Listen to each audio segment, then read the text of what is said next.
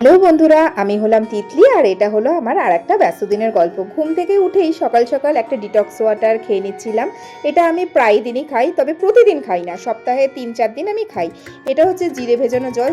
যাদের mainly gas অম্বলের সমস্যায় ভুগছে বা যাদের খাবার হজম হতে প্রবলেম হয়, তাদের জন্য এই জলটা খুবই উপকারী। তাদের মানে সত্যি উপকার, আমি খুব উপকার পেয়েছি এই জিনিসটাকে। তবে আমি রেগুলারিটিতে খাই না, সপ্তাহে 2-3 দিন খাই। তারপর রান্নাবান্নার যা কাজ ছিল মোটামুটি সেরে নিয়েছিলাম, কারণ হাজব্যান্ড তো সকাল সকাল অফিসে বেরিয়ে যায়।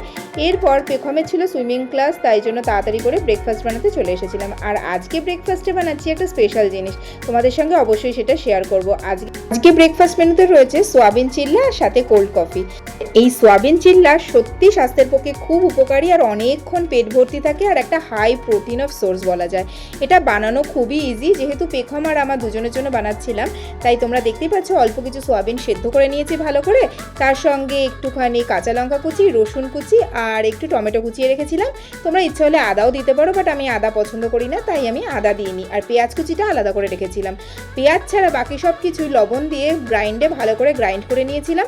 আর গ্রাইন্ড করার সময় আমি অল্প একটু জল দিয়েছিলাম, এখানে কিন্তু বেশি জল ব্যবহার করা চলবে না। এরপর আমি এর সঙ্গে মিশিয়ে নিয়েছিলাম 2 চামচ বেসন আর 2 চামচ রাগি। যারা রাগি খাও না বা যারা রাগি খেতে ভালোবাসো না, তারা 1 চামচ আটাও মিশিয়ে নিতে পারো। তারপর এটাকে ভালো করে মিক্সিং করে ভালো করে ফেটিয়ে কিছুক্ষণ রেস্টিং টাইমে রাখতে হবে। তারপরে তাওয়া বা কড়াইতে অল্প একটুখানি তেল বা ঘি দিয়ে এই জিনিসটাকে একটু ছড়িয়ে দিতে হবে, আর একটু ঢাকা চাপা দিয়ে তৈরি করতে হবে, কারণ জিনিসটা তৈরি হতে একটু সময় নেয়। তার সাথে নিয়ে নিয়েছিলাম একটু কোল্ড কফি। এই কোল্ড কফিটা কিন্তু একদম শর্টকাট ওয়েতে বানানো, তবে দারুণ রিফ্রেশিং লাগে খেতে। আমার তো সত্যিই দারুণ লাগে। তবে কফিটা কিন্তু উইদাউট সুগারই আমি বানাই। এরপর আর কি স্নান টান করে পুজো দিয়ে ব্রেকফাস্ট সেরে পেখমকে নিয়ে চললাম সুইমিং ক্লাসে। রাস্তায় ছিল চরম রোদ, তেমন বিভৎস গরম। বাসের মধ্যে যেতে যেতে আমাদের দুজনের হালাত প্রায় খারাপ হয়ে গিয়েছিল।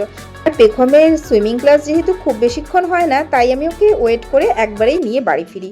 আবার এই রোদের মধ্যে দেখতে পাচ্ছ বেরিয়ে গেছি, আর দুজনে পুরো একদম ঢাকা চাপা দিয়ে নিয়েছি, কারণ তখন আরও বেশি রোদ্দুরের তেজ ছিল।